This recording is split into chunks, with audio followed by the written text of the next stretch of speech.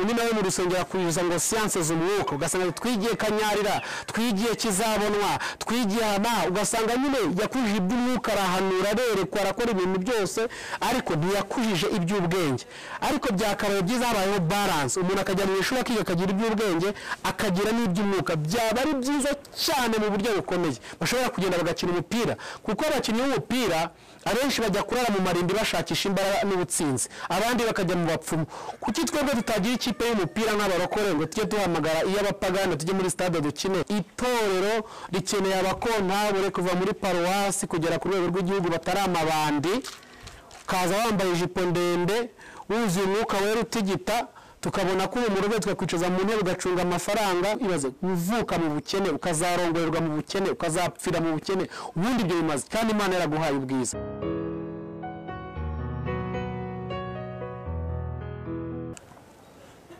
tubahaye ikaze umwanya mwiza w'ijambo ry'Imana Imana y'amahoro ibagirire neza muri uyu mwanya twifuje ko tuganira ku ijambo ry'Imana ridufasha kugira aho tuva n'ahandi hantu tugera ni ijambo nise victory cyangwa se ubutsinzi mu kinyarwanda iri jambo rizadufasha kugira ngo tugire ibintu byinshi tugeraho cyane cyane ko ijambo ry'Imana ritubwira ngo turi imitwe ntago turi imirizo ndetse kubw'amaraso ya Yesu turi n'abatsinzi kurushaho twaratsindishirijwe niyo mpamvu rero tukwiye gusobanukirwa ese ni gute abatsinzi babaho ni gute twagera ku butsinzi cyane ko iyo ukurikiye amateka iyo usomye amateka ugasoma ibitabo bikubwira abantu babaye abatsinzi ni abantu bageze ku bintu bikomeye mu buzima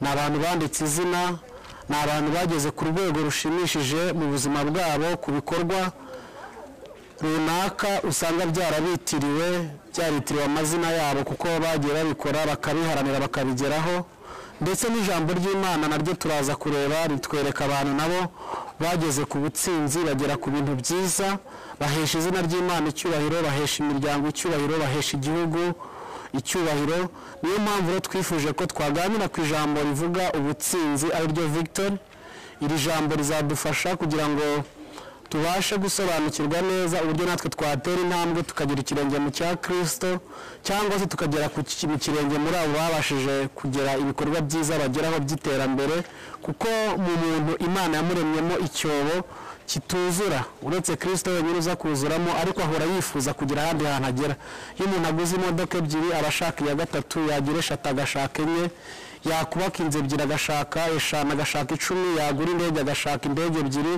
yabona indege eshanu agashaka kugira ngo agire kampani y'indege yabona kampani y'indege akifuza no kugira uruganda rukora za ndege niko umuntu ateye buri gihe yifuza kuva mu bwiza yinjira mu bundi bwiza akava ku rwego yinjira ku rundi rwego ijambo ry'Imana rero hano riratwereka mu kubara ibice byaho 21 n'umurongo wa 25 haravuze ngo abisirayeli batsinda iyo midugudu yose batura mu midugudu y'abamori yose iheshiboni no mu midugudu iheranye naho hose Imana idufashe abisirayeli batsinda iyo midugudu ntabwo ushobora kugera ku butsinzi cyangwa gutsinda intambara utarwanya hari strategy z'urugamba hari strategy zo kugira ngo ugere ku bintu runaka bisaba gutsinda kugira ngo wise umuntu utsinze kugira ngo ture mu gihugu watsindiye ni ukuba warwanye ni ukuba wagize inzira na strategy z'uburyo bwose ugera kuri ubwo butsinzi abisirayeli kugira ngo babe abantu bakomeye ubwoko bukomeye mu isi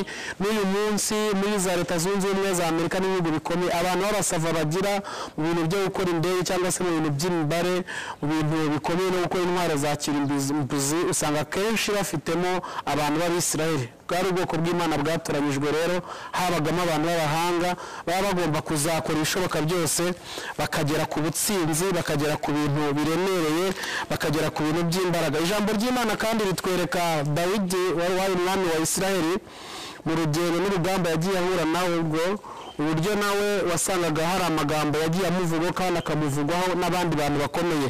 Ijambo ry'Imana muri Samweli wa mbere ibice byaho 26 n'umurongo wa 25 aravuga ngo Sawuli abwira Dawidi ati uragahora uhirwa mwana wanjye Dawidi, uzakora ibikomeye kandi gutsinda uzatsinda. Nuko Dawidi arigendera, Sawuli nawe asubira iwe. Imana idufashe kandi tugire neza.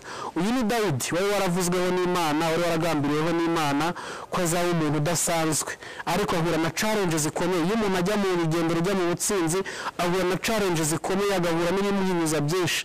Nawe rero ahura n'ibintu bikomeye cyane ko hari igihe cyageze umuntu ufite umutima w'ubutsinzi uzagera ku bintu bikomeye abatandukanye n'abandi bantu tubona hano hanze. Muri abahuziyemo imbabazi yageze kuri Sawuli, yisomye ikiyo gice cya 26 kikwereka uburyo yageze kuri Sawuli akabona amahirwe yo kumwica, arasirikare akavuga ati reka tumutere icumu tumwice tumuhinguranye n'ubutaka, akavuga ati biragatsindwa n'Uwiteka kurambura ukuboko ku muntu Imana yimikishije amavuta. Byashoboka bite ko nakwica umuntu wimikishwa amavuta? Ahubwo ahavana icumu rye, ahavana n'igikoresho anywesha amazi, arazamuka ageze ku musozi arahamagara ati Sawuli, Sawuli, Sawuli, undenganyiriza iki ko nta kibazo dufitanye? Ni ikihe cyaha unshinja iki? Niba ari cyanagukoreye rwose ni ikihe ngo kivuga? Ariko niba ari Imana yakunteje yemere ubugingo bwanjye, ariko niba ari abantu bavumirwa imbere y'Uwiteka. Sawuli abyumvishije aramwara cyane, aravuga ati mwana wanjye wabonye uburyo wagomba kuba wanyishe, ariko ubugingo bwanjye bwabaye bw'agaciro, sinzongera kubwiga. Burya ndi igicucu, ndi n'ikigoryi. Atangira umuntu w'umwami kwita igicucu n'ikigoryi kubera igikorwa umuntu ufite umutima w'ubutsinzi akoze. Ntabwo cyagaba ari ikintu cyoroshye. Dawidi aramubwira ati rwose mwami ntacyo bitwaye, njyewe nta kibazo mfitanye nawe, nabonye amahirwe yo kukwica ariko ntabwo natinyuka kurambura ukuboko ku muntu Imana yimikishije amavuta. Ibyo ni umutima w'ubutsinzi. Umuntu ufite imbabazi muri we, imbabazi zigira umuntu ufite umutima w'imbaraga. Umuntu w'umunyambaraga, abantu b'intwari nibo bagira umutima w'imbabazi, ariko kutababara ni ibintu by'ubugwari. Niyo mpamvu rero Dawidi mu buzima bwe yifuzaga gutsinda adakoresha ibindi abwira abagaragu ati Sawuli ashobora kuzapfa arwaye, ashobora kuzagwa mu rugamba, ashobora kuzarangiza igihe cye, ariko njye nafashe umwanya wo kugira ngo nice umuntu Imana yimikisha amavuta. Sawuli nawe arije amwatura amagambo akomeye ngo uzahora utsinda mwana wanjye, uzatsinda n'ukuri, uzakora ibikomeye, uzaba umuntu udasanzwe.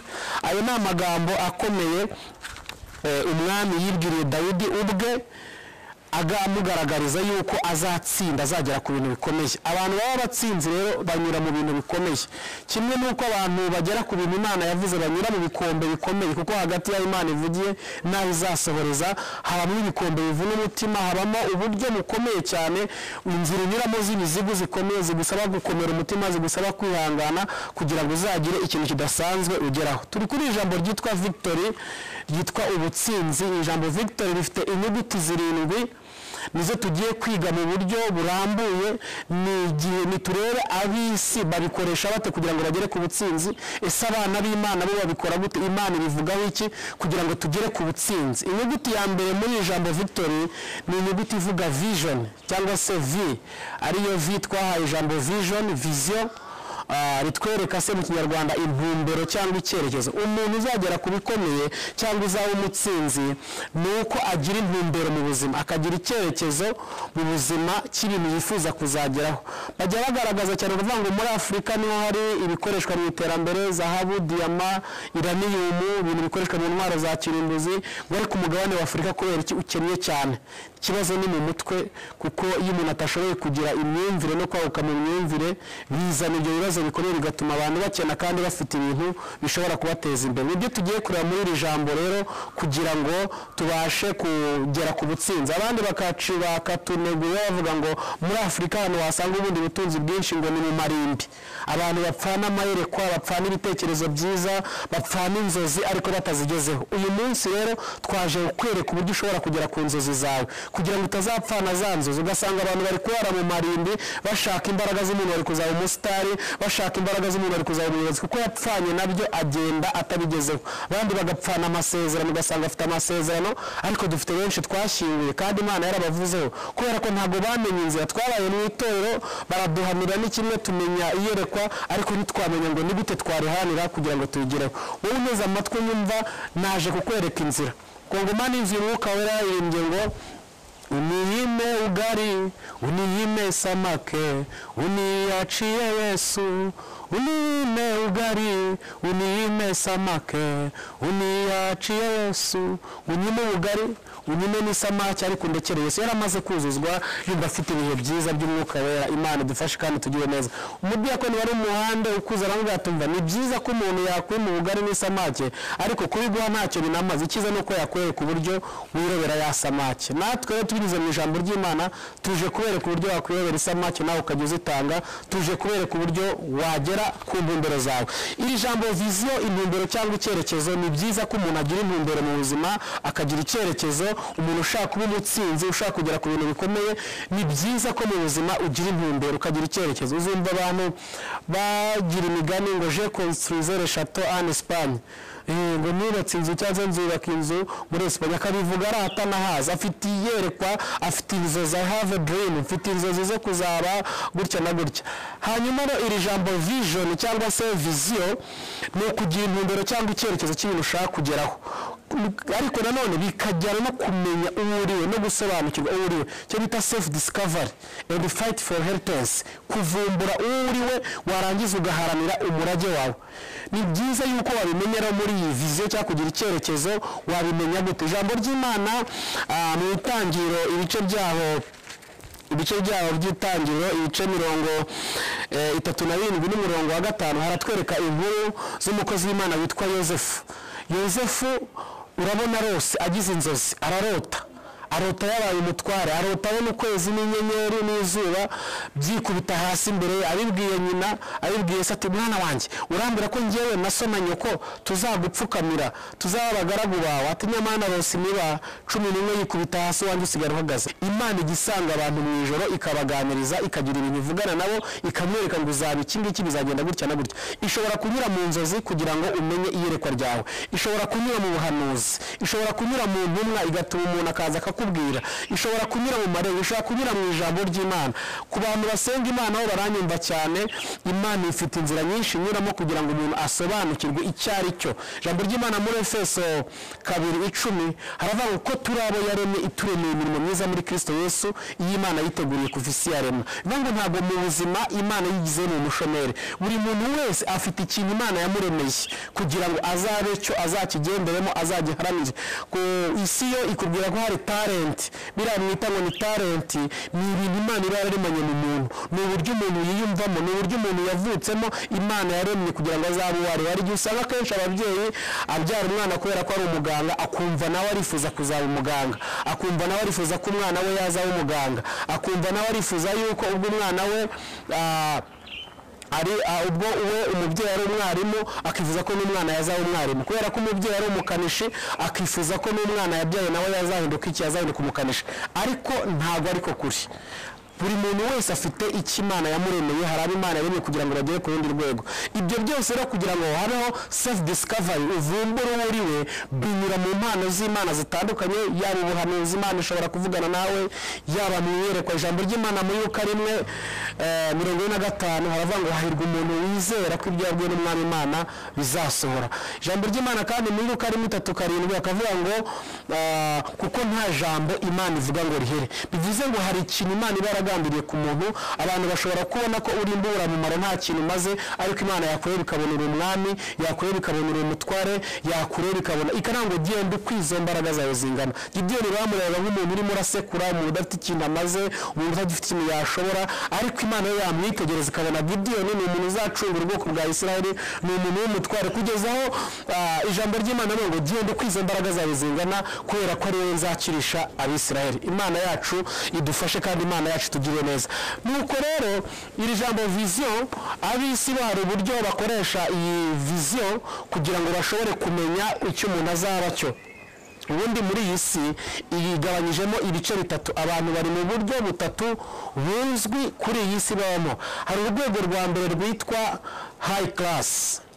urwego rwa mbere rwitwa high class ni abantu b'abatsinzi, ni abantu bafite za biliyoni ku makonti yabo, amabiliyoni y'amadolari, amabiliyoni y'amayero, ni abantu bubatse izina, bafite amafaranga, bafite inganda, bafite ibikorwa byinshi bikomeye ku isi, ni abantu mu miryango yabo usanga habamo abakuru b'ibihugu, habamo abantu bakomeye cyane barubatse iyo systeme ku buryo usanga aribo bayoboye isi, aribo bafite ifaranga ryose ry'isi, ni abantu bita ni urwo rwego rwitwa high class. Aba bantu rero ni abantu biga impamvu ibintu bikorwa mu gihe twebwe twiga uburyo ibintu bikorwa. Igihe cyose aba bantu baba bafite imitekerereze yagutse, ni abantu bareba kure, ni abantu bitegereza kuruta uko abandi bantu bitegereza.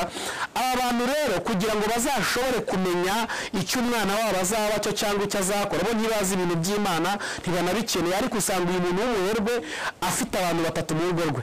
Agira conseil pédagogique, ugira inama umwana mu myigire ye cyangwa se imikurire ye, witegereza umwana, yareba umwana akabona umwana akunze gushushanya, akavuga ati uyu mwana ibintu ashoboye ni gushushanya, nitumujyana muri école d'art azajya akora amapura y'inzu, azakora amapura y'inzu, akora amapura y'imodoka, akora ibiki, ugasanga bamujyanye mu ishuri bijyanye na passion, nicyo yiyumvamo, nicyo kintu kiri muri we kuko nicyo ashoboye. Ariko twebwe nk'abakene muri rwa rwego rwo hasi tuza kuvugaho, iyo ubonye umwana atazi imibare, ukabona umwana imibare yamunaniye, tuvuga ati umwana ni ikigoryi n'uwa nyina, najye kuragira inka, najye kuragira ingurube, umwana ukamujugunya kubera ko nta kintu ashoboye. Ariko bari abantu bo bagira conseil pédagogique mu rugo, bakagira docteur familial uvura umuryango igihe habonetse ikibazo, wa mu docteur ni uwabo ushobora kuza akavura abana kugira ngo narinde n'izindi mpanuka zindi zitandukanye umuntu ashobora guhura nazo kwa muganga. Bakagira n'uwo bita roya familiar, ni umuntu ukurikirana ibintu by'amategeko by'imitungo yabo, by'iki mu bibazo byabo byose. Ni urwo rwego niko baba bameze, kandi bakabahemba amafaranga menshi. Uyu mwana rero iyo aramutse basanze azi gushushanya n'ibintu agiye gukurikira, uragenda akajya mu ruganda agakora igishushanyo cy'imodoka yagisohora, bakamuhemba amafaranga ashobora guhemba abarimu umwaka wose mu gihugu kimwe cyo muri Afurika. Bakayamuha umunsi umwe yahemba abarimu bose bari mu gihugu, bakayamuhemba umunsi umwe yahemba abarimu bari mu gihugu, kubera igishushanyo kimwe akoze cyonyine. Twe twareba umwana tukamubonamo nk'ikigoryi, umuntu utagize ikintu ashoboye. Urwo rwego rwitwa high class rero ni abantu udapfa kumeneramo.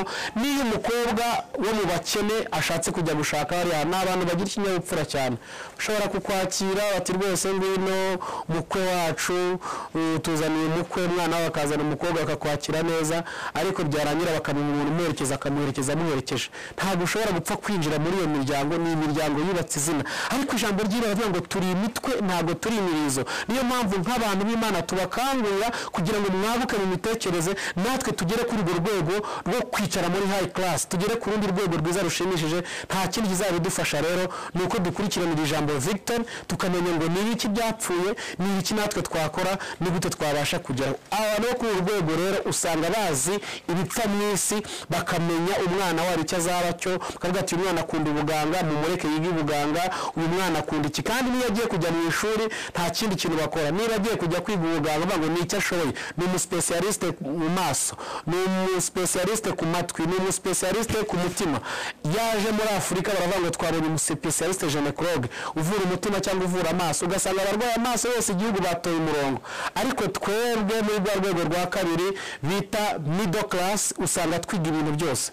Usanga umwana agiye mu ishuri ntabwo azi icyo ashaka kugeraho, umunsi yize imibare, imibare byanze ati muri mekanike harimo amafaranga, ahita ajya muri mekanike, yagera muri segonderi agahita ajya mu mategeko, yajya muri university agahita ajya mu mategeko, yajya muri masters ati hoya reka njye kwiga ICT, yajya muri doctor ngo reka njye kwiga ngo engineer ngo niho ari amafaranga. Umutwe ugasanga uravangavanze, nta kintu na kimwe kizima ashoboye gukora, nta kintu na kimwe kizima azi. Nyamara muri bari abantu bateye imbere, ushaka gufata umwana muto wambaye ikabutura yacitse no mu maguru, wamuha ibyuma agateranya imodoka akayikora, kuko bagerageje gushakisha ni iki gikomeye, ni iki yabasha kugeraho, ni iki nabasha kugeraho. Ugasanga umuntu wacu yajya kwiga mu ishuri muri university, aragiye wenda n'ugiye kwiga ubuganga, yize kuvura amaso, avuye amazuru, avuye umutima, ibintu byose akabivangavanga, ugasanga nta kintu na kimwe mu by'ukuri azi gukora. ntabwo ari umwami kuri icyo kintu, ntabwo afite ubutsinzi kuri icyo kintu, ariko undi ugasanga ashobora kuvanamo umutima akongera akawuterekamo, akavana umutima mu muntu akongera akawuterekamo, kuko nicyo yakurikiye gusa, nicyo yize kugira ngo abe umutsinzi muri icyo kintu akagikurikirana, kuko turi abo yaremye ituremeye imirimo myiza muri Kristo Yesu y'Imana yiteguriye kuva isi yaremwe. Ni uko isi rero ibigenza. Isi twabonye ko harimo ibihito bitatu, urwego rwa mbere ni high class, urwa kabiri ni middle class, urwa gatatu ni lower class. Urwego rwa kabiri rwa middle class ni abantu nyine basanzwe, ariga yagira ibipangu bibiri akumva ni ibyo, yagira imodoka ebyiri, afite umukozi umukingurira igipangu akumva yageze yajya kumva ni boss.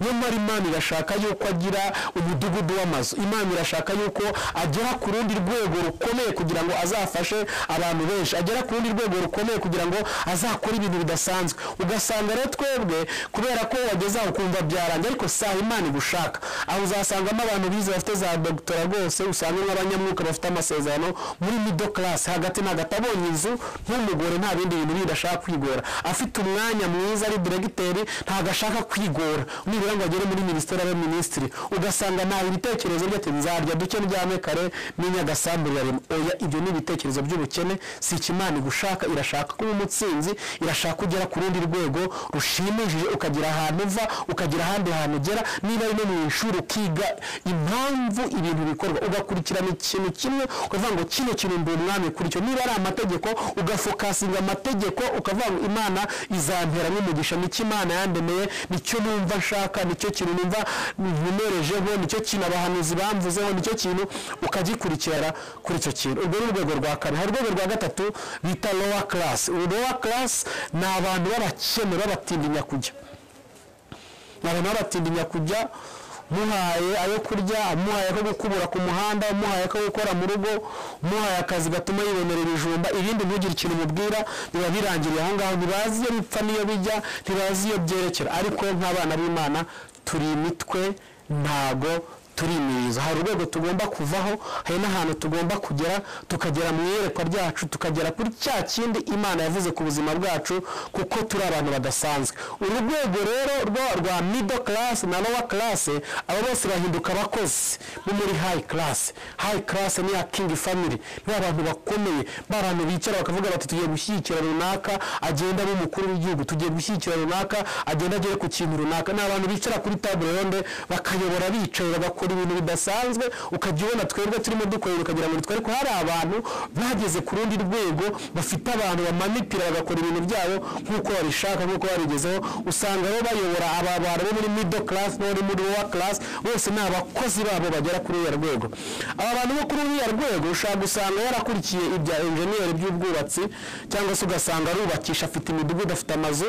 Engineer akaza ufite amafaranga menshi cyane, akaza akagera kuri uwo muntu ati rwose ati ndashaka kunyubakira etage, akavuga ati hano hantu umuyaga uzaba, reka iyi etage tuyihembeke gutya kugira ngo dushobore kubaka iyi nzu umuyaga utazayihirika mu myaka imbere. Ati wa kigo ryo bikore nk'uko nshaka. Abanatukana ntiwamubwira ngo uvuye mu mashuri menshi, abafite amafaranga atagira ukuntu angana, yarubatse izina yarabonye ubutunzi, akagutuka agaguhindura ikigo rye kandi uvuye mu ishuri. Ko dufite ba engineer ya zero, adashobora no gukora igare, udashobora no gukora inzogera y'igare kandi ari engineer. Ariko bari abantu bari kuri uriya rwego, ntabwo ushaka kugera kuri iyo level yo gufata icyo kintu. Mu mashuri ushobora kujya kwiga ibintu bisanzwe, hano mukiga nawe akagira abantu mu rugo bamufasha, akagira andi mashuri, akagira abandi bantu bigisha. Iyi si ya none rero ninatwemera kugira ngo twige ubwo bumenyi, ibishaka duhora turi abakozi bayo, ibishaka duhora turi abantu bayidepandaho, ibishaka duhora tuyitegerejeho. Niyo mpamvu rero nk'abantu b'Imana dukwiye kuva ku rwego tukagera ku rundi rwego, tukagera ku kintu kidasanzwe. Ijambo ni ry'Imana mu byahishuwe Yohana ibice byaho 5 n'umurongo waho wa 9 n'uwa 10, ibice byaho 5 umurongo wa 9 n'uwa 10. Wenda byahishuwe Yohana ibice byaho 5, reka duhere ku murongo wa 11. Aravuga ngo ndareba numva ijwi ry'abamarayika benshi bagose ya ntebe na bya bizima na ba bakuru, umubare wabo wari inzovu n'uduhumbi n'agahumbi, bavuga ijwi rirenga bati umwana w'intama watambwe n'ukwiye guhabwa ubutware, ubutunzi, ubwenge, imbaraga no guhimbazwa n'icyubahiro ndetse n'ishimwe. Imana yacu idufashe kandi Imana yacu itugirire neza. Aba bantu babaye abatsinzi bagira ibintu bose bahuriraho, ni imitekerereze, ni uburyo bagutse mu mitekerereze yabo, ni uburyo bagutse mu mirebere yabo, uburyo bareba ibintu bagahishurwa bakamenya. Ijambo ry'Imana hano riratubwiye ngo umwana w'intama watambwe ni ukwiye guhabwa ubutware, ni ukwiye guhabwa ubwenge, kugira ngo Kristo ahabwe ubutware, kugira ngo Kristo ahabwe ubwenge, kugira ngo Kristo ahabwe imbaraga, guhimbazwa, icyubahiro n'ishimwe. Birasaba ko abana b'Imana duhishurirwa, self discovery, tukamenya abo turi bo, kuko hari abantu Imana yaremye kugira ngo Kristo ahabwe ubutware. Kugira ngo Kristo ahabwe ubutware rero, kugira ngo Kristo ahabwe ubutware nuko mu bantu Imana yaremye hari abantu Imana yaremye kugira ngo bazabe mu myanya y'ubuyobozi bw'igihugu. Mu butware, iyo tuvuze ubutware hano Bibiliya ivuga mu byahishuwe, ihishurira Yohana, kuko icyazanye Yesu kwari kugira ngo abantu b'Imana bahinduke imitwe, be kuba imirizo, bahirayo mu nzego zose. Uzasanga abarokore benshi avuga ati ngiye kujya muri politike n'icyaha, ariko hari abantu Imana bemeye kuba muri politike. Twese ntabwo tuzababwiriza ubutumwa bwiza, twese ntabwo tuzabahanuzi, twese ntabwo tuzaba abaririmbyi. Hari ibyo Imana yaremye kandi buri muntu wese mu mwanya we yambasha kuhagarara akora icyo Imana ishaka. Kugira ngo Kristo ahabwe ubutware rero, nuko muri iyi ndangagaciro y'ubutware, muri indangagaciro y'ubutware harimo ubutegetsi bwite bw'igihugu, harimo ubucamanza, harimo n'igisirikare cy'igihugu. Ni ukuvuga kugira Kristo ahabwe ubutware ni uko tubona abantu bari mu butegetsi bwite bw'igihugu, haba abakora bakizwa bakagenda bakajyayo, bakicara muri parliament, bakagenda bagera muri parliament bakicaramo. Noneho ejo mu gitondo bavuga ngo turashaka gutora itegeko ry'abagabo ku bagabo. Nibura ntibasangemo abantu batubaha Imana gusa, bakavuga bati twebwe ntabwo iryo tegeko turyemera, according y'amateka twumva ko abantu b'i Sodomu n'i Gomora barimbuye, Imana yabarimbuye kubera ko bemeye gushyigikira itegeko ry'abagabo ku bagabo, abagore ku bagore. Bidasabye izindi imbaraga nyinshi, ntabwo ushobora guhindura hariya ahantu utahageze, ntabwo wahindura abantu utagezemo. Birasaba yuko abarokore bize, abarokore bakijwe bakamenya umwuka wera, bakagera mu ishuri, bakwiye guhishura ngo ni iki Imana iguhamagarira. Kuzajya muri iriya minisiteri ntabwo uzaba ugiye kwicarayo kugira ngo uzagere gusa urya amafaranga ubwe neza. Ni igihe hazaba habaye ikibazo cy'uko bazanye itegeko ry'umugabo ku mugabo cyangwa umugore ku mugore, nibwo tuzabona wa mumaro wawe. Ukicara mu nteko ishinga amategeko ukavuga ati banyakubahwa, twebwe ntabwo itegeko ry'abagabo ku bagabo turyemera, ry'abagore ku bagore gushyirwa turyemera, kubera yuko bizazana umuvumo igihugu, bizazana umuvumo akaga, bizazana umuvumo urubyiruko akaga. Ntabwo ari ko Imana yabiremye umugabo n'umugabo ubundi babyara umwana, umugore ku mugore ubundi babyara umwana. Ibyo bintu rero mukabyamagana mwageze hariya. Kugira ngo Kristo ahabwe ubutware, ngo umwana w'intama watambwe ni ukwiye guhabwa ubutware. Kugira ngo Kristo ahabwe ubutware ni uko tubona abadepite bicara buzuye umwuka wera, bakirijwe, bazi Imana. Ni uko tubona muri za minisiteri, mu butegetsi bwite bw'igihugu, tubonamo abantu bakijijwe bazabasha guhagarara bakagira ibindi bintu bahindura. Umwana w'intama watambwe ni ukwiye guhabwa ubutware. Mu bucamanza bw'igihugu dukeneye imanza zitabera, dukeneye abantu biga ubucamanza. Ijambo ry'Imana ratubwira mu Itangiriro mu bice byaho 19, Aburahamu Imana ivuga ngo namushyiriyeho kugira ngo azigishe n'urubyaro rwe n'abazamukomoka kugira ngo bajye baca imanza zitabera. Guca imanza zitabera ni iki rero? Ni ukugira ngo mu bucamanza bwite bw'igihugu uzi umuntu uhagarara hariya yambaye ikanzu akavuga ngo runaka mu bubasha mpabwa n'amategeko y'igihugu ndamukatiye najye gucibwa umutwe, ndamukatiye najye gufunga imyaka 25, ndamukatiye nafunge burundu. Uwo muntu ntabwo ari umuntu udasanzwe. Niyo mpamvu rero iyo hatabonetse umuntu w'Imana wuzuye umwuka wera, usanga cyabaye ikibazo gikomeye cyane, ugasanga imanza zirimo ziragorekwa, ugasanga ni ibibazo bikomeye. Uyu muntu ararenganye, azize ubusa kubera za ruswa runaka, kubera ibintu runaka. Ariko kugira ngo Kristo ahabwe ubutware nuko tuzabona abacamanza bavugisha ukuri, nuko tuzabona abacamanza baca imanza zitabera, nuko tuzabona abacamanza bantu b'Imana udashobora guha ruswa ukatira umuntu imyaka 20, uzukatira umuntu imyaka 30 umurenganya. Aho karengana bahuye nako mu bucamanza rero, kuva ku rwego rwo hasi kujya ku rwego rw'igihugu. Mu bucamanza hakenewe n'abantu bubaha Imana, batarya ruswa, bakora ibintu neza, bagaca imanza zitabera, bakarenganura abarengana, kugira ngo Kristo ahabwe ubutware. Noneho mu gisirikare dukeneye abasirikare buzuye umwuka wera, dukeneye abasirikare b'abantu b'Imana, kuko niba tuvuga abasirikare hari aho hatangirwa amategeko. Niba abasirikare ku ijambo ry'Imana yatubwira ngo ubuyobozi bwose buva ku Mana, mwubaha abami n'abatware nibwo igihugu kizabona amahoro.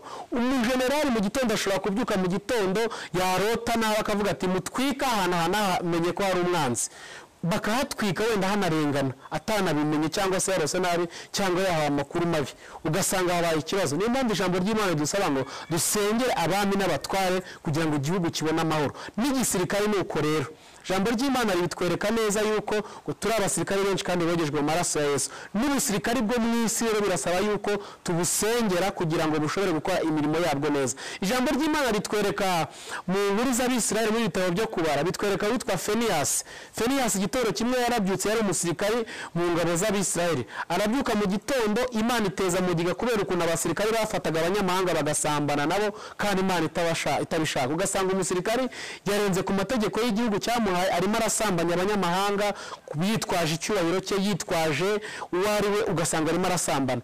Noneho nta kindi cyabayeho, Imana ibateza mugiga yenda kubarimbura kubera ubwo busambanyi bwari burimo. Feniyasi arabyuka mu gitondo akaza, asanga mu ihema, asanga umusirikare wabo aryamanye n'umukobwa w'umunyamahanga, afata icumu n'umujinya cumita wa musirikare mu mugongo, riramanuka ryinjira mu nda y'umukobwa, rihinguranya mu butaka, arashigisha. Imana irangije yunamura mugiga mu Bisiraheli, iravuga ati kubw'ifuhe rya Feniyasi mvanye mugiga mu Bisiraheli. Ni byiza yuko abasirikare nabo bagomba kumenya kubaha Imana. Mu gisirikare ahantu uri uyoboye abantu ukaba intangarugero. Uyu munsi rero dufite abasirikare bacu bajya za Darifuru, bajya hirya no hino, bagomba kuba abantu b'intangarugero, ntibagende babyara aho babonye. Twabonye abasirikare b'Abafaransa mu Rwanda, tubona abasirikare b'abanyamahanga, bari abantu bagiye baba mu gihugu, si uko ari abakristo bakijijwe, ariko nta bana ushobora gusanga bagiye babyara. Ariko Abasenegali dufite abana benshi babyaye hano muri Afurika. Senegal ni muri Afurika hano hirya iwacu, baje gucunga umutekano hano, babyarana n'abakobwa bacu babatera amada, bahije buri ndege babo baragenda. Ariko umusirikare atozwa kutazatanga, kutazasiga isura mbi ahantu yagiye, kuko arayisize igihugu. Uriya mwenda yambaye uburiho amategeko n'amabwiriza. Uzibeshye se ugonga umupolisi mu muhanda, urebe icyo guverinoma izagukorera, araguhagarika iriya myenda yambaye gusa nta n'imbunda afite, ugahala ukora n'amategeko y'igihugu aba yambaye. Uriya mwenda ni igihugu aba arimo represent. Iyo uvanyemo rero cyangwa ukawukoresha nabi, ukajya gusambanya abagore muri bya bihugu wagiyemo, ubu urimo uratukisha igihugu cyawe. Mu Burundi mu myaka yashize abasirikare bigize bajya kurinda y'umutekano, baragenda batinda y'umutekano, babyara y'abana nk'ibyo byose. Hashize imyaka 12 abana bose batora umurongo kuri ambasade, bari turashaka mutwereka ababyeyi bacu, turashaka mutwereka ababyeyi bacu, turashaka mutwemere tujye gusura ababyeyi bacu. Icyo ni ikibazo kiba gikomeye cyane. Umusirikare agomba kwiyubaha aho agenda hose. Niba uyoboye abantu uri general, niba uyoboye abantu uri marshal, niba uyoboye abantu uri kapiteni, niba abantu uri general major, tanga urugero rwiza muri kiriya gisirikare, tanga urugero rwiza kuri bari abana bakuri inyuma, niwe bareberaho. Niba ugenda ugafata indahe 3, imwe hariya indi hariya, kandi ufite umugore n'abana, wagiye muri kiriya gihugu byawe babana, bari abana ejo bazaza gutera babandi, usanga abana barahora barwana kubera ko bavukana hariya. Umwana w'intama watambwe ni ukwiye guhabwa ubutware. Mu butware harimo igisirikare, kugira ngo rero bikore neza, bimanipire neza, nuko no mu gisirikare usanga harimo abantu bubaha Imana. Mwakwicara kuri ya table ronde yanyu y'abayobozi bakomeye, abamarshal n'abajenerali, mufata ibyemezo mukavuga muti runaka bitewe n'amakosa yakoze akwiye gukurwa mu gisirikare, cyangwa se akwiye gucirwa mu mutwe, akwiye gukorerwa ibintu binini, hakabonekamo umuntu ufitemo Imana. Muravuga ati ibyo ari byose mwibuke imirimo myiza yarakoze cyagiye, mwibuke ko watumye tugera ku nsinzi turi uyu munsi wa none, mu muhamahirwe ya kabiri. Abo bantu barakenewe rero b'Imana, bagenda bagahagarara, ko Satani yo murangaye iragenda ikamanipera. Perezida bita Kwame Nkrumah yigize abumuvuga butumwa, igitondo kimwe abona amahirwe yo kuba perezida ngo ayobore igihugu. Abavuga butumwa bose bakajya baza, bakaza abapastori bati rwose nitwebwe ugomba kuzaza mu itorero iwacu, bati twebwe nitwe dukomeye, nitwebwe restoration dukomeye, nitwebwe ADP dukomeye, nitwebwe Islam dukomeye. Noneho igisubizo yashaka gushakira mu itorero arakibura, kuko ubundi itorero ryo rya mbere rikwiye kugira igisubizo cyambere cyo gutoza abantu bakamenya uburyo bakwiye guhagara mu myanya yabo, bakamenya gusobanukirwa abo bari bo kugira ngo bagere ku rundi rwego rushimishije. Aburi igisubizo mu itorero, aravuga ati ariko se niba mu itorero barwana akaba ari ujya kubakiza ndi perezida, aribo baje kutwigisha, aribo bakatwigisha amahame y'ubwami bw'Imana tukayagenderamo, aribo bakatwigisha tukasobanukirwa abo turi bagatoza abantu, akaba aribo barimo bagongana. Aravuga ati bareka mwigire mu bupfumu.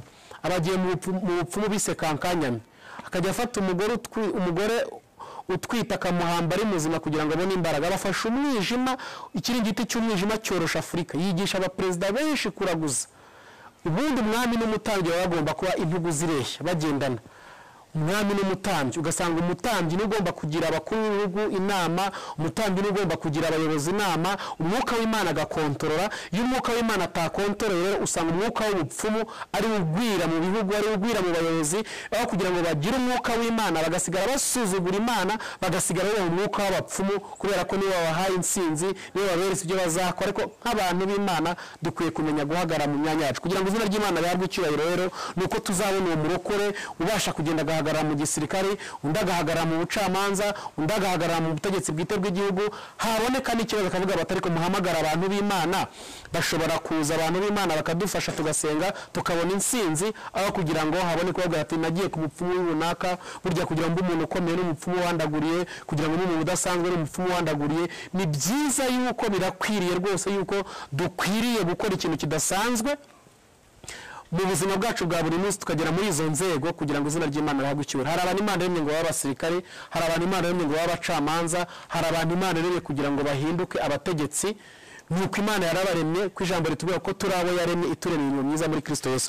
Umwana w'intama watambye ni ukwiye guhabwa ubwenge kugira ngo Kristo ahabwe ubwenge, kugira ngo Kristo ahabwe ubwenge, kugira ngo Kristo ahabwe ubwenge nuko tubona abantu b'abahanga. Ubwenge harimo amashuri, mu bwenge harimo uburezi, mu bwenge harimo ziriya minisiteri zo mu gihugu. Imana iduhayimisha tukabona abahanga bajya muri ziriya minisiteri. Tuvuga minisiteri y'ubuzima, minisiteri y'ubuzima y'iragi ijambo ry'Imana mu kuva biri twereka uwitwa Shifra na Puwa. Shifra na Puwa bari abana Imana yaremye kugira ngo bazabe abaganga. Baragenda abanyegiputa barabakunda kubera ubuhanga n'ubwenge bari bafite, bariga bahinduka abaganga. Bukeye mu gitondo nta kindi cyabayeho, batangira gutinya. Umwami aravuga ati byose mwica abisiraheli bose, ariko se turabica gute? Twakwica abantu ibintu bigaragara. Baragenda nta kindi bakoze, bahamagara babaganga b'Abaheburayo ariko batabizi, kuko bamaze kubona ubwene gihugu, bamaze kugubwa neza, niwe ba docteur. Ntago umuyobozi cyangwa se umuganga uvugana na perezida w'igihugu ari umuganga w'inyakariro cyangwa se yarahirya. Nibura nk'uyobora wa Faisal cyangwa se ministre w'ubuzima mu gihugu, uwo ni ushobora kugira appointment akabona na perezida bakaganira. Shifra na Paul bari abaganga bakomeye bakora mu bitaro bikomeye by'igihugu, bashobora guhura na perezida. Baragenda barahura baraganira, baravuga ati mbo noneho rero icyo dushaka mu dukorera mu gihugu, mugenda Abaheburayo bose, ubyaye umuhungu wese mu mwice, ubyaye umuhungu mu mwice. Wibaza ahantu Satani areba mu myaka 80 akabona Mose uzabasha gucungura Isiraheli. Twebwe tugashaka kureba none uyu munsi, murebe no mu myaka 2 nibura, wareba uyu munsi ukabona ibintu byacitswe, ukabona ibintu byanze. Nyamara Satani ari kureba mu myaka 80 Mose uzavuka agacungura ubwoko, akanyeganyeza Egiputa. Batangira gutegura kwica abahungu bazavuka.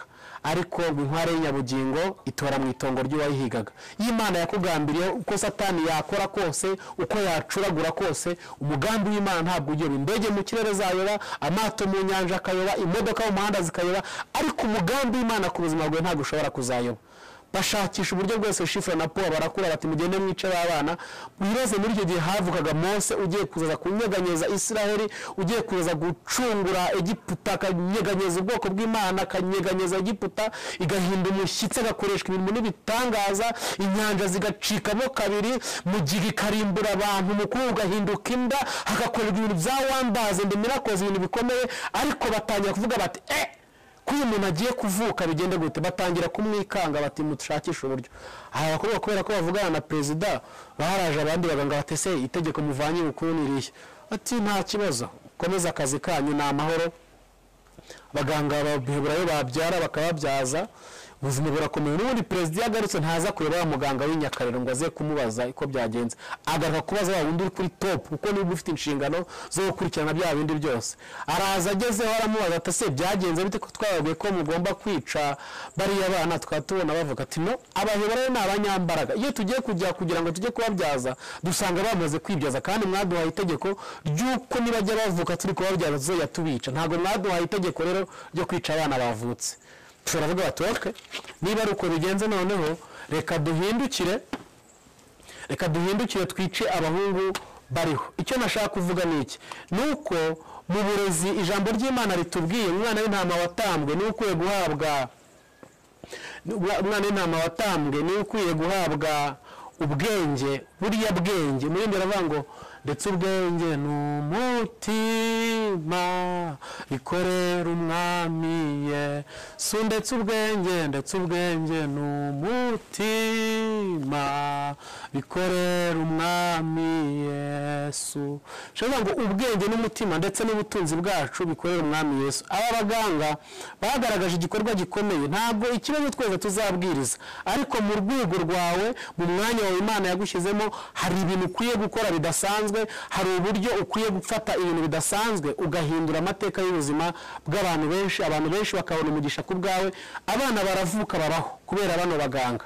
Umwana w'intama watambwe ni ukwiye guhabwa ubwenge. Mu bwenge rero harimo izo ministeri zose, dukeneye abarokore bayobora ministeri z'ubuzima, bavuga bati mwohereze imiti ijya guhindura abanyafurika ibigoryi, minisitiri wabo batavuga ati ntabwo iyi miti bashobora kuyitera abantu, ntabwo ibintu byashoboka, agahagara muri uwo mwanya. Ba Yozefu bose tubona bagiye bayobora za ministeri zidasanzwe zitandukanye, baragenda bayobora ibintu bikomeye cyane, bahinduka ba minisitiri w'ububanyi n'amahanga, batangira gukoresha ubutunzi bw'igihugu babukora neza, kuko ntabwo uzambwira ngo urumurokore ngo urakijijwe utaragera ahantu hari amafaranga. Bagushyire muri banki mu mafaranga aho ushobora gusohokana 10,000 bya buri mugoroba utashye, nutabitaha nubwo tuzamenya ko urumurokore. Naho kuba umurokore mu rusengero no mu magambo oya.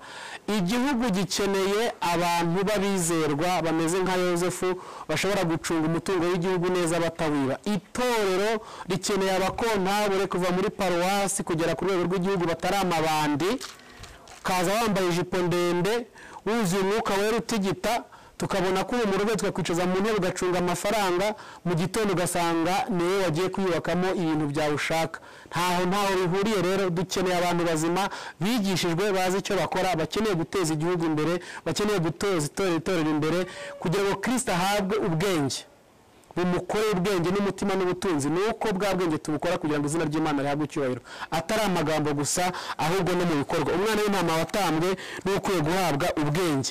Umwana w'intama watambwe ni ukwiye guhabwa imbaraga. Iyo tuvuze imbaraga hazamo itangazamakuru. Imbaraga ni itangazamakuru. Ibintu tuvuga tureba, ibintu tuvuga twumva bigira imbaraga nyinshi. Abantu hari abantu ko turabo yaremye ituremeye myiza muri Kristo Yesu. Hari abantu Imana yaremye kugira ngo babe abanyamakuru. Hari abantu Imana yemeye kugira ngo bakore itangazamakuru, iryandika, iri kamera, ku bitangazamakuru bitandukanye, ku mateleviziyo, ariko urebye agahinda kari mu itangazamakuru uyu munsi wa none wakumirwa. Ugasanga n'abantu bigize abanyamakuru bitaba. Umuntu akabyuka hano agashyiramo tike ye agatega akagenda agiye kujya guteranya. Umuntu akabyuka hano agashyiramo tike ye akagenda agiye kujya kuvuga amagambo. Ugasanga abantu babaye abanyamakuru kandi Imana atari yabo. Mu itorero ugasanga abantu abanyamakuru batabihemberwa. Ibyo bintu ntabwo ari byo. Kandi nanone iki jambo ry'Imana ryasaraga, niba warize itangazamakuru cyangwa se Imana iguhamagara kuba umunyamakuru, ni byiza kubyitoza ariko utagiye kubeshya, kandi wanagera muri uwo mwuga utangiye kuwukora ntiwandike inkuru zipfuye. Itangazamakuru ryo rigira inkuru zipfuye, inkuru zibeshya. Naba nshaka kugira ngo ngusebye nkagenda bashaka abanyamakuru nka 3 nkabaha amafaranga, bakagusebya mu binyamakuru, bakaguharabika, bakagusiga icyasha, kuko bafite eloquence. Ni abantu bavuga, ni abantu bafite ururimi rurema, ni abantu bafite ururimi rushobora gukongereka abantu ibyo bavuze ugasanga nibyo, kandi sometimes 99% ari ibinyoma. Dukeneye abanyamakuru beza. Irebye za pornography ziri mu biri za internet zirwa zizenguruka, amafilm arimo ubusambanyi y'uburyo bwinshi, ibi byose ni itangazamakuru abantu bareba. Umwana agakura agatangira kugira imyaka ari kujya gusomana, ari kujya gusambana, bimera gute, bigenda gute. Nyize mbaza akana gato kakangavu k'imyaka 14, ndakabaye ariko ubundi ko mbona ushyushye cyane, ubu ntago wari wasambanara kandi atariko pastor nawe rwose ibintu bivuga ntago ari byo none se niba narasambane wacu babaroga ku buryo ntise wabikoze ushaka iki nashaka kugira ngo numve ukuntu bimeze none si ibyo bintu bashaka kubyumva gutata ariko mu itangazamakuru mu biza internet amafilime tureba ibyo byose urabona nawe kumvura bishaka kugira ngo wumve ibyo bintu iryo tangazamakuru ryica abantu mu mitwe ryangirije abantu niyo mpamvu kugira ngo Kristo ahabwe imbaraga nuko ahaboneka abanyamakuru bandika ibintu bizima abakina amafilime agaragaza ibintu by'Imana agaragaza ubwami bw'Imana agaragaza ubutware bw'Imana nuko haboneka abantu berekana ibintu bizima abantu bavuga inkuru nzima nubwo abantu bavuga ibintu bidasanzwe ariko umupagane yandika inkuru abeshya nawe wandika inkuru abeshya umuntu ashaka gufata ikinyoma hano akagishyira kuri WhatsApp kigakwira isi yose cyumvikanye ko ari ukuri kandi ari ikinyoma ukabona undazanye ikindi ati ni ukubeshya ukibaza abantu ni iki baba bashaka mu byukuri ni ibiki baba bashaka kujyaho kubera iki bari gukora ibi bintu kubera iki bakora ibi ariko dukeneye abanyamakuru bandika ibintu bizima dukeneye abanyamakuru badukorera ibintu inkuru nzima bakatwereka ibintu byiza bishobora guhesha izina ry'Imana icyubahiro kugira ngo Kristo ahabwe icyubahiro nuko tugira abanyamakuru bazima abanyamakuru bene data mwahamagariye umwuga wo gukora itangazamakuru ni byiza yuko mugira inkuru nzima mukagira inkuru zamamaza ijambo ry'Imana mukagira inkuru zivuga n'ibintu bisanzwe by'ubuzima busanzwe ubucuruzi ubuhinzi etc ariko nibura by'ukuri bitari ibinyoma atari guhimba ikinyoma runaka muzane byacitse ngo runaka ngo habonetse abantu ngo baje kurwana bitwaje intwaro kandi ubeshya kugira ngo uhungabanye imitima y'abantu gusa ni byiza yuko abanyamakuru gukora umwuga wanyu neza nk'abantu bazayibazwa kuko turabo yaremye ituremeye imirimo myiza muri Kristo Yesu iyi Imana yiteguriye kuva isi yaremwa kugira ngo tuyigenderemo ni Imana yarakuremeye kuba umunyamakuru bikore neza kugira ngo izina ry'Imana rihabwe icyubahiro bikore neza kugira ngo Kristo agire imbaraga bikore neza kugira ngo igihugu gitere imbere bikore neza kugira ngo itorero rigire imbere niba itorero rifite abana bigiye kuba abanyamakuru itorero mubashyigikira mubasapotinge babe muri iyo mirimo myiza Imana yateguye bakora itangazamakuru bari mu itorero babashe kugaragaza ibyiza babashe kugaragaza ibintu byiza bikenewe nuko itorero rifata iya mbere rigashyigikira ziriya mpano rigashyira birabona igihugu kikabishyigikira ari bikorwa mu buryo bwiza no mu buryo bw'ubunyangamugayo Imana yacu dufashe kandi Imana itugire neza umwana w'intama watambwe n'ukwiye guhabwa guhimbazwa iyo tuvuze guhimbazwa turi muri rya jambo Efeso 2:10 rivuga ko turaba yaremye ituremeye imirimo myiza muri Kristo Yesu rigenda rigahura rya jambo ryitwa vision kumenya intumbero kumenya icyerekezo twanyuze muri domaine zitandukanye twabonye ko hari ubutware burimo ubuyobozi bwite bw'igihugu burimo abadepite parliament hejuru aho ngaho hejuru tubona ko hari ubucamanza tubona ko hari igisirikare tugeze mu bwenge dusangamo za ministeri zitandukanye n'imyuga n'iz'ikindi zitandukanye kugira ngo Kristo ahabwe icyubahiro nuko muri ziriya nzego abarokore mutinyuka mukagenda mukazibamo mukagenda mugakoramo umurimo w'Imana udasanzwe mukagaragaza icyubahiro cy'Imana mugakora ibintu bidasanzwe kugira ngo izina ry'Imana yacu rihabwe icyubahiro aha ngaho rero kugira ngo Kristo ahabwe guhimbazwa mu guhimbazwa Bibiliya itubwira hari abantu Imana iremeye kugira ngo bashimishe abandi tubona ba Esther harimo guhimbazwa harimo ubukorikori Bibiliya itubwira mu gitabo cyo kubara tubona ba Baziliri Imana yabaremye Mose muremera kuyobora abantu byo ari ukuyobora ariko navuga ati ba Baziliri nzabashyiraho umwuka wanjye bubakiyema ry'ibonaniro umuntu akagenda agakora ibintu n'intoki wabire ukavuga ati uru rutoki rw'Imana bakagenda bagakora ibintu byabo neza bakabikora bitonze kugira ngo izina ry'Imana rihabwe icyubahiro abandi mu guhimbazwa tubona ba Esther bakoze défilé de mode barerekanwa bakora ibintu byiza ukabona ni ibintu bishimishije mu barokore se dufite abakobwa beza abakobwa beza bashobora gutegura za défilé de mode bakagenda bakabitegura mu rusengero bakereka isi ko n'umurokora ashobora kwambara neza kaberwa basore b'abakire basore b'abanyamafaranga bamwe bari muri high class bakaza bagakunda abakobwa bacu kubera imyambarire kubera uburyo basa ibaze uvuka mu bukene ukazarongorerwa mu bukene ukazapfira mu bukene ubundi byo bimaze kandi Imana yaraguhaye ubwiza buriya bwiza bwawe rero ni Imana yaranakuremye kugira ngo uhimbazwe wabukoresha mu guhimbaza Imana binyuze mu guhimbaza Imana binyuze mu mpano zawe binyuze mu myidagaduro cyangwa se kwiyerekana ibyo byose ni ibintu byakorwa neza kandi bigakorwa no mu itorero izina ry'Imana rigahabwa icyoro ntabwo ari iby'isi kuko ijambo ry'Imana ritwereka ko Esther nawe yagize gute yakoze imyerekano kandi umwami akamutunga intoki akamurobanura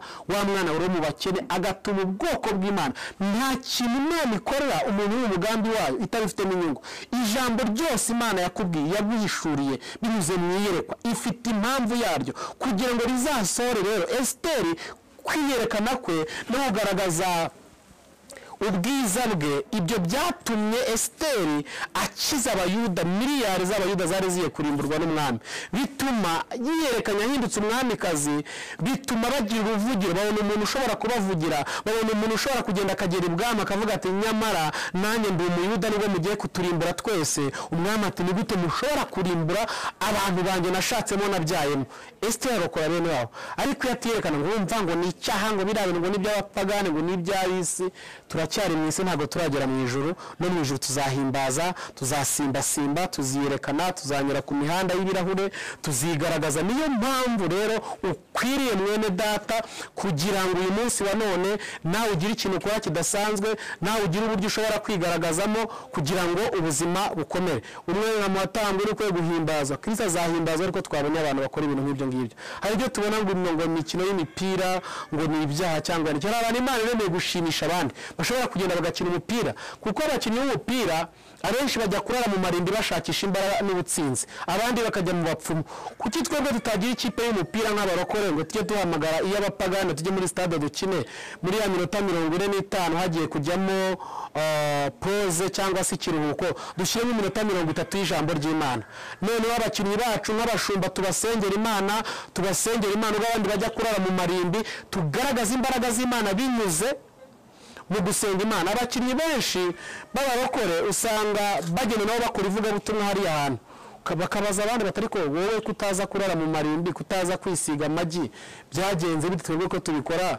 kandi tukabona wowe uratsinda ntunanirwa ati oya ati hari umugabo witwa Yesu namenye ugasanga nahara muri ara makipe y'umupira dukeneyemo abantu bacengezamo Yesu dukeneyemo abantu bavuga Yesu dukeneyemo abantu bavuga Imana hari uburyo bwinshi ivugabutumwa ryakora ntabwo ivugabutumwa ryo mu rusengero gusa Yesu yavuze ngo mugende mu mahanga yose mubwirize ubutumwa bwiza amahanga yose n'abo bakinnyi barimo nabo bashobora gukina umupira nabo bashobora kuvuga kugira neza kw'Imana ni byiza yuko rero natwe dushobora gukora ibishoboka byose kugira ngo Kristo ahimbazwe binyuze muri izo nzira zose bene data umwana w'intama watambwe ni ukwiye guhimbazwa ntabwo ndibuze kubivuga ibintu byinshi ariko hari abantu Imana iremeye gushimisha abandi ajya gushakisha ibindi bikanga ugasanga Imana ni icyo yamuremeye umwana w'intama watambwe ni ukwiye guhabwa icyubahiro ni umuryango niho hatorezwa kirazira umuryango niho hatorezwa iki nicyo cyangwa se ikindi kenshi na kenshi ni byiza yuko dukwiye kubimenya ko itorero aryo rikwiye gufata iya mbere mu kwigisha urubyiruko mu kwigisha abakiri batoya kugira ngo Kristo ahimbazwe nuko haboneka kugira ngo Kristo ahabwe icyubahiro n'umuryango ni uko haboneka abana batozwa kirazira bakigishwa umuryango bakigishwa gukunda itorero n'igihugu bakigishwa gukunda itorero ryabo kuko uyu munsi wa none usanga umuntu yaravukiye mu itorero ugasanga abapasitoro bacu bene data Imana ishimwe leta y'u Rwanda yashyizeho yuko abapasitoro bashobora kujya mu mashuri bakiga nubwo bamwe babirwanya ariko ni inzira nziza yo kugira ngo abantu bajye mu ishuri bige basobanura yuko uyu munsi wa none ibibazo dufite mu matorero byinshi usanga hari abantu bakuje igihande cy'iburyo ku mutwe wacu ufite iburyo ukagira n'ibumoso ugasanga bakuje iby'ubwenge matematikari bisobanura iki fizikali bisobanura iki ibintu uri murambwira ko ntabyumva montre moi nyereka fizikoma bishaka gusobanura iki yakujije igihande cy'ubwenge ariga araminuza undi nawe mu rusengero akuriza ngo science z'umwuka ugasanga twigiye kanyarira twigiye kizabonwa twigiye ugasanga nyine yakujije iby'umwuka arahanura arerekwa arakora ibintu byose ariko ntiyakujije iby'ubwenge ariko byakabaye byiza habayeho balance umuntu akajya mu ishuri akiga akagira iby'ubwenge akagira n'iby'umwuka byaba ari byiza cyane mu buryo bukomeye ariko intambara nyinshi dufite mu matorero ni ukubona umuntu nguriya ko kubera ko afite lisansi ye yize ngo ejo ashobora no kunsimba aramutse akizemo ka teoloji gakeya intambara ugasanganiza undi kubera ko ari umunyamwuka wavuga kujya gukora wavuga nk'izi nyigisho tuba twigisha abantu zikora ku bwonko ati ura mu pastor yadutonetse ni umunyamubiri ntago yuzuye umwuka wera turawuzuye umwuka wera twarawuhawe dukizwa umwuka wera impano z'Imana zuzuye muri twebwe ariko turimo turababwira kugira ngo muve mu kidini ahubwo mu idini rya Kristo kugira ngo Kristo ahabwe icyubahiro nuko hazaboneka abantu bigishwa bakigishwa iburyo bw'imikorere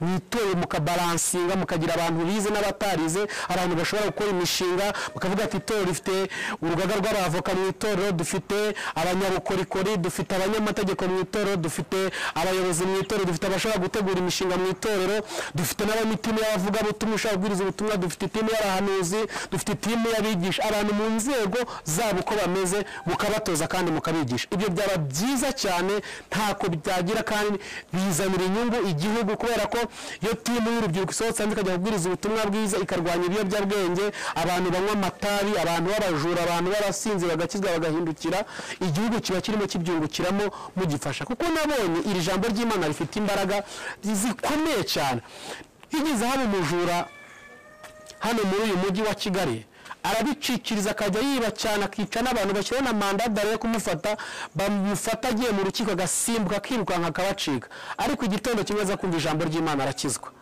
naje gutangazwa no kujya uko yagiye kuri David ati nge wari umujura nge wari umuntu ukomeye nge birwaga bahiga nge birwaga bashaka ariko nakiriye Yesu yarambohoye Yesu yarankije nanjye ndashima Imana nta polisi yagiye kumufata nta ribu yagiye kumufata kubera yuko nyine yakijijwe yinjiye mu zindi imbaraga leta yari yamunaniwe hari imbaraga hari n'uruhare abanyamadini bafite mu iterambere ry'igihugu iyo batoje abantu neza ni ikibazo rero kugira ngo Kristo ahabwe imbaraga kugira ngo Kristo ahabwe icyubahiro nuko mu itorero ry'Imana batoza abantu ariko uyu munsi ugasanga abanyabwenge bose barasohotse mu itorero barigendeye kubera ko nabo yubatoneze ati murazana ibyo by'ubwenge bwanyu twebwe dufite siyanse z'umwuka twarize dufite amasezerano tuzagirwa neza n'Imana umuntu wiga abakomeye urahari abantu batungurana umuntu wize amashuri ye akiga wari uyu munsi akaba akiri n'inkweto yarahengamye ejo mu gitondo wabona telefone imuhamagaye uwagendaga inkweto ihengamye agahinduka minisitiri kubera amashuri ye yize uriya muntu ajya atungurana umuntu wa kabiri ni umuntu ufite amasezerano wavuganye n'Imana uriya muntu Imana yanzinyura mu nzira zirenga 1000 ubone nta kintu amaze Imana igatungura uriya muntu mugatungurwa mwese mukabona abaye umuntu udasanzwe umuntu wa gatatu ni umwana mutoya ntabwo uzi icyo umwana azaba cyo umwana ashobora kuba perezida w'igihugu umwana ashaka kuba umugaba w'ingabo umwana ashaka kuba umuntu udasanzwe mu isi niyo mpamvu rero aba ari abantu bo kubahwa umuntu wavuzweho n'Imana umuntu wize amashuri y'akaminuza umwana muto n'abantu bo kwitonderwa niyo mpamvu rero mu itorero ukwiye kwigisha abakiri batoya bagakunda itorero bagakunda igihugu abize mukabafasha mukababa hafi kugira ngo bagere ku rundi rwego biratangaje kandi biranababaje aho umuntu usanga ava muri Afurika bakamuha ka buruse yo kujya kwiga hanze yagera yakiga ntashaka kugaruka iwabo cyangwa undi yabona umugisha wo kugenda agiye muri misiyo y'akazi yagerayo ntagaruke bagira ngo bagiye no kumubaza aho avuye akatangira kumuka nk'imbwa ngo batamenye ururimi rwabo bakamusubizayo akumva arashaka mu mahanga amahanga ni muyaremo muvemo ubumenyi ariko ubumenyi mu bugarure buteza iwanyu imbere nta kintu bitwaye ni na byiza kandi byose muzabikora binyuze mu nzira yo gukunda itorero n'igihugu zakunda igihugu cyawe rero kuko igihugu ni iki igihugu ninde igihugu ntago ari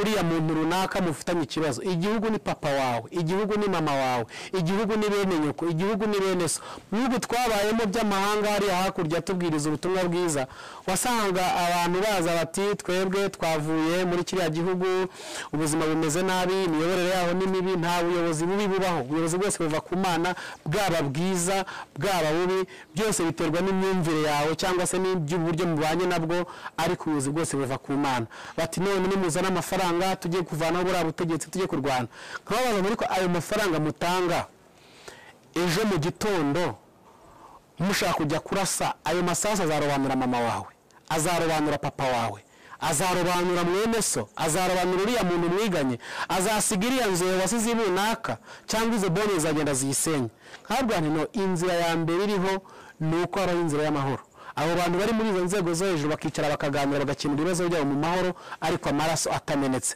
Natwe ukazirikana ngo gukunda itorero ni iki, gukunda igihugu ni iki, ni papa ni mama ni bene mama ni abantu bari hariya, haramutse hagize ikintu cyabahungabanya nanjye nabahungabanya.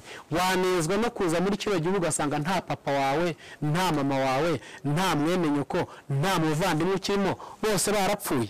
Ibyo wumva byakunezeza? Oya, ntabwo ibyo ngibyo byashoboka. Ni ngombwa rero, ni byiza yuko wabikora mu buryo bwiza kugira ngo izina ry'Imana rihabwe icyubahiro, mugatoza abantu bakamenya gukunda igihugu cyabo, mugatoza abantu bakamenya gukunda itorero ryabo, mugatoza abantu bakamenya gukunda imiryango yabo. Nta yindi nshingano ya mbere rero mufite. Inshingano ya mbere mufite ni wowe pastor ugomba kubikora. Umwana w'intama watambwe rero kwiye guhabwa icyubahiro. Amatora muri ya mbere mu gutoza abakiri bato, gutoza urubyiruko, gutoze abantu gukunda igihugu, bakunda n'itorero ryabo. Umwana w'intama watambwe ni ukwiye guhabwa ishimwe. Ijambo ry'Imana ryatubwiye uko turi abo yaremye, ituremeye imirimo myiza muri Kristo Yesu iyo Imana yiteguriye kuva isi yaremwa. Turi kuri rya jambo ryitwa Victor, tureba uburyo abantu bageze ku butsinzi. Inyuguti ya mbere yitwa V twayitinzeho ivuga vision, tureba ibintu byo ushaka gukora self discovery, kuvumbura yourself uwuriwe, and fight for inheritance. Mu nyuguti zindi tuzareba uburyo wa fightinga kugira ngo ugere ku ntumbero zawe, kuko kumenya uriwe uyu munsi wari umuntu yaguhanurira, umunsi ashobora guha doctor ati nguhaye doctor akanayisinyaho hasi avuga ati ngiyi doctor yawe iri hano, ariko nyura muri primaire ugende wige kugeza igihe uzaza ugafatira iyi doctor yawe. Harimo challenge nyinshi, harimo fighting nyinshi, niyo tuzareba mu nyuguti z'ubutaha. Umwana w'intama watambwe ni ukwiye guhabwa ishimwe. Kugira ngo Kristo ahabwe ishimwe rero, ishimwe n'itorero. Bibiliya itubwira Abisirayeli bari mu rugendo bazengurutse karindwi. Byashaka kuvuga iki? Kuzenguruka karindwi byavuga ngo umunsi wa mbere bari abatware, abanyamategeko, abatware n'abasirikare bari bagiye mu myanya yabo. Umunsi wa kabiri bari abanyabwenge, za ministeri, iz'inganda, ibikorwa remezo n'ibindi bari bagiye mu myanya yabo. Umwana w'intama watambwe ni ukwiye guhabwa imbaraga. Imbaraga ni itangazamakuru, bari bagiye mu myanya yabo. Umwana w'intama watambwe ni ukwiye guhabwa iki? Ubwenge. Ni ukwiye guhabwa guhimbazwa.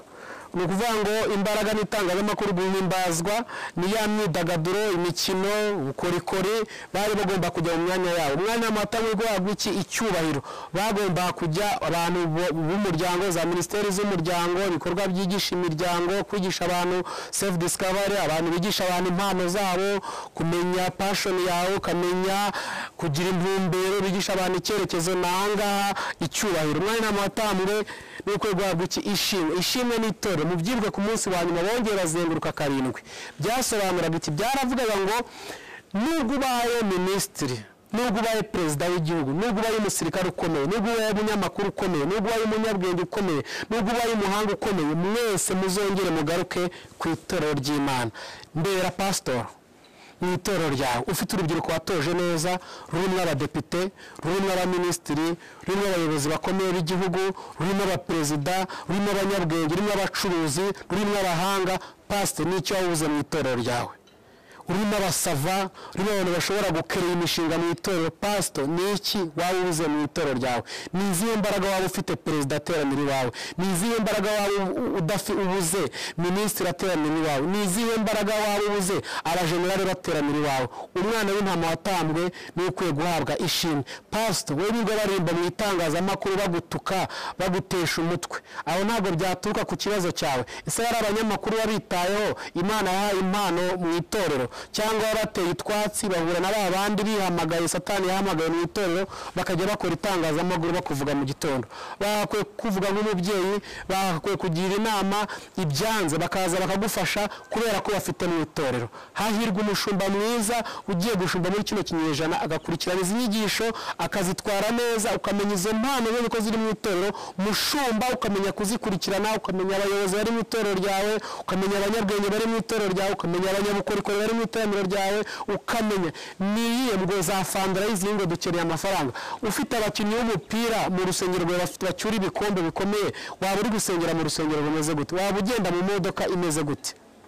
Umwana w'intama watambwe ni ukwiye guhabwa ishimwe rero ni ku itorero twese tuzagaruka tuzenguruke tugaruke mu itorero ry'Imana kugira ngo izina ry'Imana rihabwe icyubahiro twubahe abatambyi tubaha agaciro nibwo Imana izadukomeza mu mirimo yacu yose dukora nitwubaha bari abashumba nibwo ko niba ambasaderi bahagarariye Imana mu isi niyo mpamvu umushumba ni umubyeyi w'abantu bose begera umushumba abantu bose bagera ku mushumba ni umubyeyi w'abantu bose niyo mpamvu rero dukwiye kubimenya kandi tukabisobanukirwa twari turi ku ijambo ryitwa Victor ryitwa ubutsinzi tumaze kumenya self discovery tumenya abo turiho uyu munsi umenye niba uzaba umucuruzi uyu munsi umenye niba Imana yarakuremeye kuzaba umunyapolitike uyu munsi umenye niba Imana yarakuremeye kuzaba umuntu udasanzwe hanyuma mu nyuguti zikurikiye tugiye kwiga icyo bita fight for inheritance kurwana cyangwa se kurwanira umurage wawe kurwanira umugabane wawe inyuguti yindi ya kabiri tuzakurikizaho ni I